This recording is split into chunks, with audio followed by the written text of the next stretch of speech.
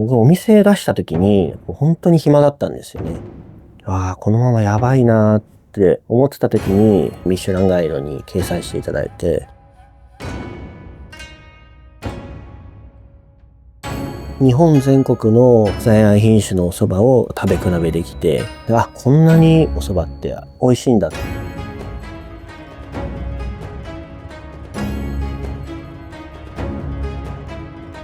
お蕎麦って品種までをフォーカスして食べることってあんまり意識されないと思うんですけど、そこにフォーカスを当てることによって日本全国に実はいろんな在来品種の蕎麦があってすごく美味しくて特徴があって、それを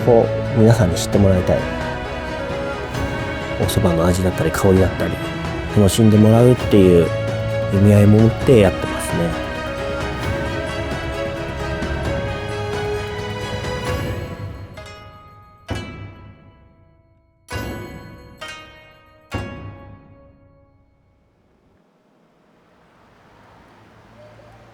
長野県の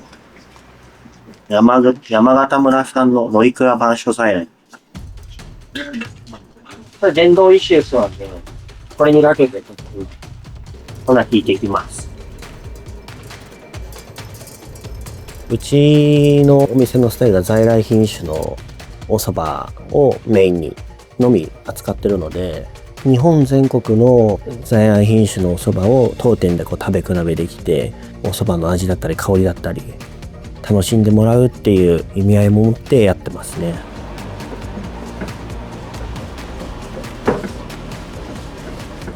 在来品種の蕎麦粉で農家さんから仕入れたりしてて、うち20産地ぐらいですかね、在来種の蕎麦取り扱ってまして、今日は福井県の永平寺在来っていう蕎麦粉で今蕎麦売ってます。水回ししてます。蕎麦の道に入ってもう10年ぐらいですか。修行して自分でお店出す時に自分の色を出すことがすごい重要だなと思った時に、自分の色が出せるのは何だろうってずっと考えてたことがあったんですね。その時に食べ歩いた中で在来品種のお蕎麦に出会って、こんなに美味しいんだ、いろんな全国の在来品種のお蕎麦って味わいが違うんだなって感銘を受けて、在来品種のみに特化してお蕎麦って北海道産とか長野県産とか意識はして皆さん召し上がっていたとは思うんですけど、品種までをフォーカスして食べることってあんまり意識されないと思うんですけど、そこにフォーカスを当てることによって日本全国に実はいろんな在来品種の蕎麦があって、その昔から栽培され続けてきたお蕎麦ですごく美味しくて特徴があって、それを皆さんに知ってもらいたい。うちはお水の分量は一切測らないんですけど、もうやっぱ蕎麦粉とか季節とか湿度とかによって全く違うので、粉の引き方によっても水の入り方が違うんで、もう感覚でやってます。この練り方もやったりとか。そうですね。菊練りといって最後まとめていくんですけど、空気も抜いたりで、これで出来上がりですね。はい、私の名前は納め健二です。店舗名は蕎麦納めです。もうでも蕎麦納めはもう自分のものではないっていう認識ではあります。ゆずかちゃん、うちのアルバイトのゆずかちゃん、少し一人ずつ紹介していきます。で、きょちゃん、僕の妻でもうずっと一緒に7年ぐらいやってるひろこさん、こっちに移転した時に入ってきてくれて、そうは納めイコール納め健二ではない、みんなで作り上げたものなので、僕大将一人で仕込みから調理まで全部やってますけど、お店に関わってくれた全ての人がいますので、妻だったりいろんな方のお力添えがあって出来上がったので、そういう思いがありますね。は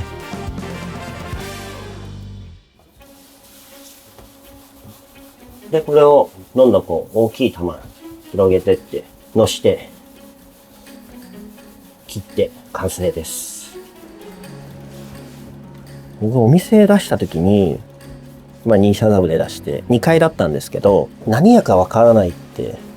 いうぐらい、普通の蕎麦屋なんですけど、ちょっと敷居が高そうな感じで、お客さんが中を開けても何も言わず帰っちゃうみたいな、本当に暇だったんですよね。2018年の11月にオープンして、2019年の冬ぐらいはずっと暇だったんですよね。お客さんが来ない日が最大で3日連続とかあったりして、このままやばいなーって思ってた時に、夜なんですけど、ふらっとファッション業界のドンみたいな、もう本当に小柄な女性でサングラスかけて入ってきたんですよね。で、お蕎麦ちょうだいって言って。で、一人で多分8枚ぐらい召し上がったんですよね。そんな食べるのぐらいびっくりしちゃって。で、後日連絡が来て、この永平寺在来は今売ってるやつ、今年初めて打つんですよ。11月ぐらいに収穫された新そばなんですけど、そのやっぱその生産者、その地域で栽培されている品種だったりとかによって全然違ったりしますね。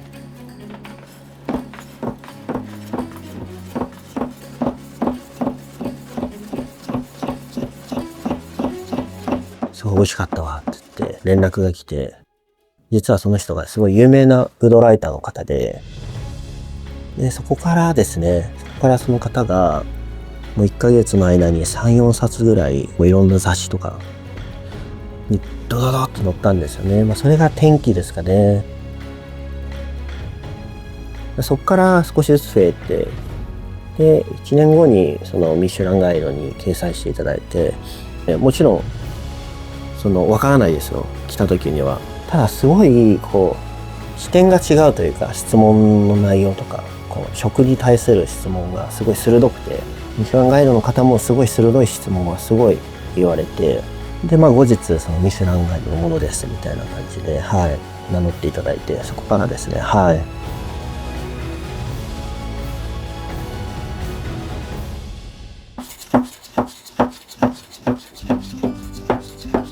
僕古民家が好きで、昔から古民家そば屋やりたいなって思ってたんですよ。でも都内じゃ無理だなと思ってて、でたまたまこの物件と出会って、でも移転を決意してこっちでやったんですけど、今現代に使いやすいテーブル席にしつつ、昔ながらの雰囲気と合わせてやるってなった時に、僕が信頼してる内装のデザインの方がいたんで、その方にお願いして、あと僕の妻のお父さんが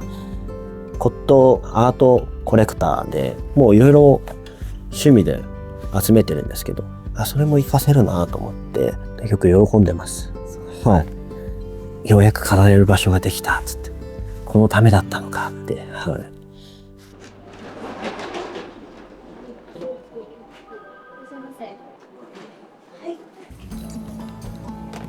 もういつもギリギリで。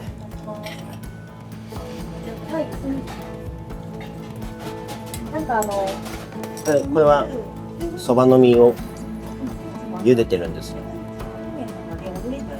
これそばがきに入れたらね、そうすると食感がプチプチして美味しいんです。そば粉とお湯を練って作ったもの、そば切りが始まる前から食べてた料理ですね。そばの元祖みたいな。そうです。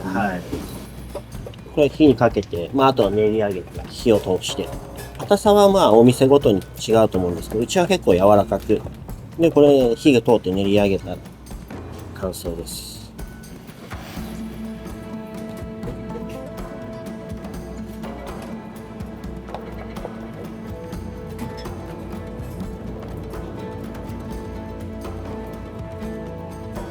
これ鴨肉です。鴨ロース。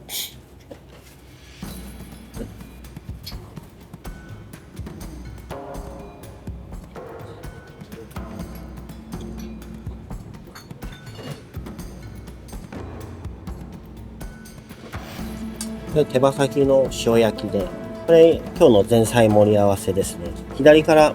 サーモンの塩麹漬けと鶏ささみと春菊の白和えで、青大豆の塩ゆで、鴨ロースですね。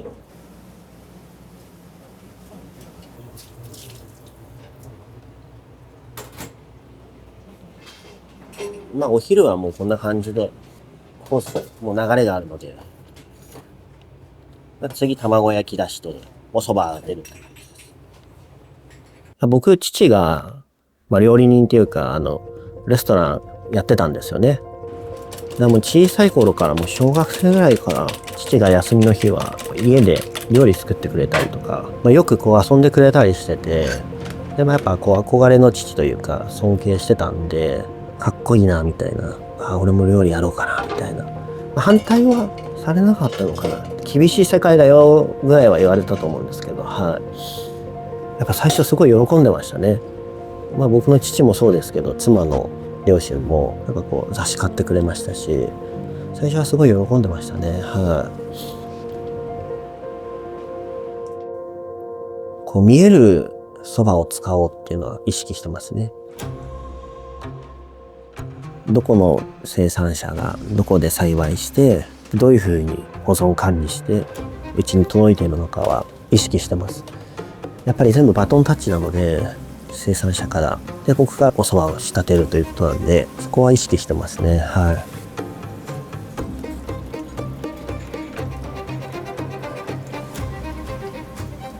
蕎麦に関しては妥協はしないようにしてます。どんなに忙しくてもこれでいっかみたいのはやらないようには気をつけてます。やっぱどうしても人間って忙しかったり体調が優れなかったりとか、まあいろんなコンディションがあると思うんですけど、まあ、その中でも 100% のものを出せるようには意識して取り組んでます。フラッと来るお客様がいないんですよ、うちに。もうやっぱ目指してくるお客様がもうほぼ全員なので、期待してくるわけじゃないですか。こう楽しみに期待に応えられるように、本当に美味しい、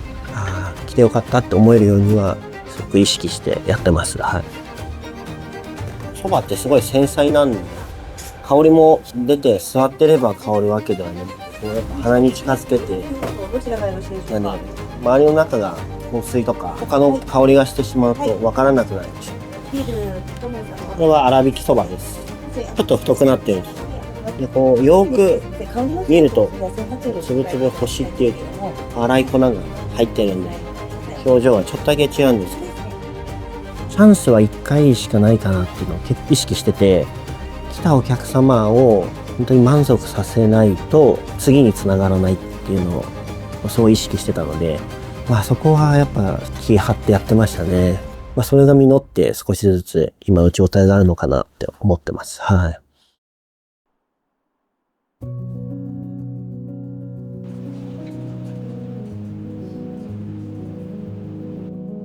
高校卒業して料理学校に入って日本料理専攻してたんですよね。こう一つのものを極めたいなっていうのがやっぱあったんですよね。その学校の先生に修行は日本料理は15年20年だぞみたいな言われてて、そんな修行期間長いのみたいな、もうちょっとなんかこうガッて一つの業態そういうのに行こうって決めて、寿司天ぷらそば、あとうなぎとかあったんですかね。当時考えてたのは何が好きかなと思った時に、高級寿司なんて全然行ったことなかったですし、天ぷら屋も行ったことなかったんですよね。であんまイメージがなくて、そばはやっぱ小さい頃からやっぱ食べ慣れてるというか、で僕近くにあったダイエーっていうデパートのそこのそば屋大好きだったんですよね。僕ちっちゃい頃から通ってたんで、よく行くと僕唐揚げそば、唐揚げとお餅が入った揚げ餅が入ったおそばが好きで、いつもサービスしてくれるんですよね。唐揚げ1個とかお餅1個とかですごい記憶に残ってて美味しくて、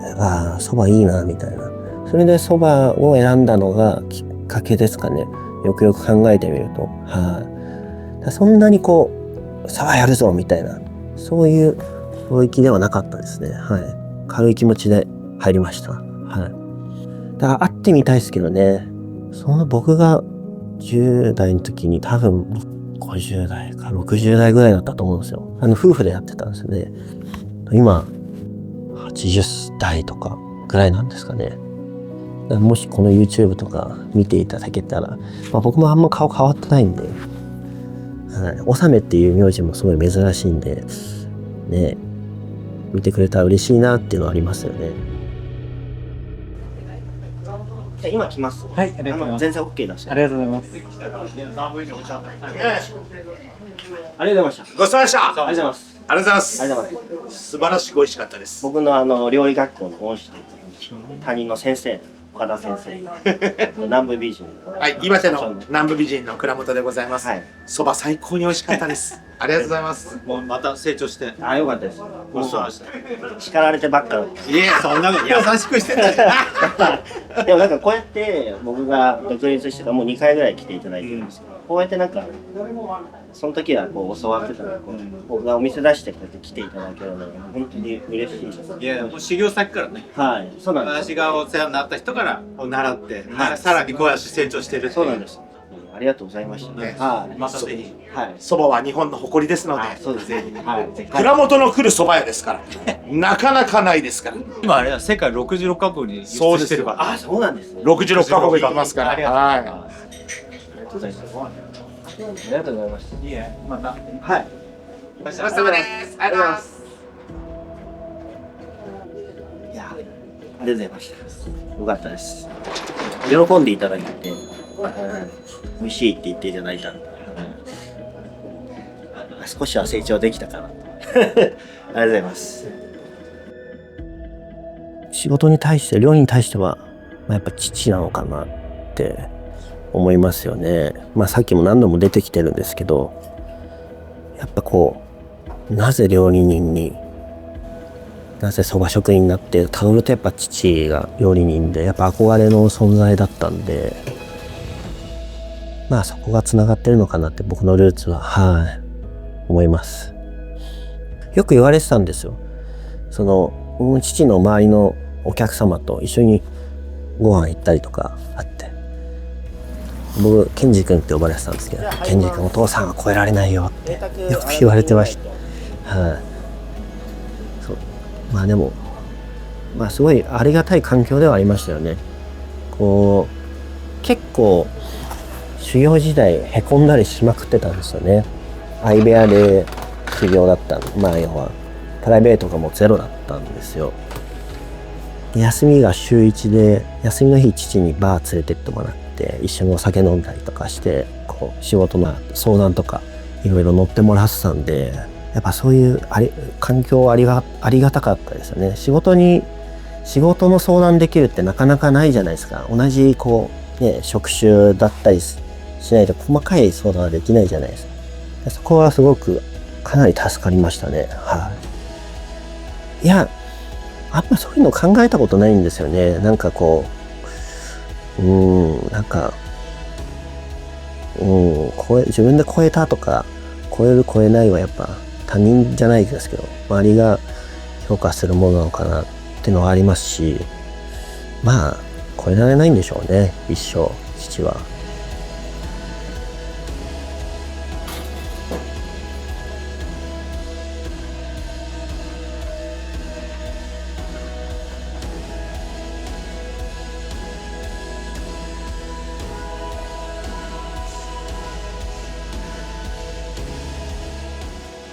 そば業界って、飲食業界、全体もそんなに今人気はないじゃないですか。で、中でもそば業界って目指す方が少ないですね。割合で言うと。でもそばってすごい奥深くて、没頭すると楽しいというか、すごい夢があるというか、僕は今東京でやってますけど、日本全国どこでもやっていけると思いますし、自然が多いところのが水も美味しいですし、環境はいいですし、だからもっとそばの魅力を発信していきたいなとは思ってます。そば職人を目指す方が一人でも増えたらいいなって。いや、そこまでまだ行ってないんですよね、僕自身が。引き継ぐとか、弟子を作るとか。それよりは世界でそばを知ってもらういろんな方に、日本食っていうジャンルの中でそばっていうジャンル、やっぱ世界的に見ると寿司とかラーメンとかのがやっぱ圧倒的に認知度高いじゃないですか。そばもこんなに魅力的で美味しいんだよっていうのをこう僕は海外でもちょっとイベントやったりはしてるんですけど、そうやって少しずつこう広めていきたいなっていうのはありますね。初心忘るべからずですかね。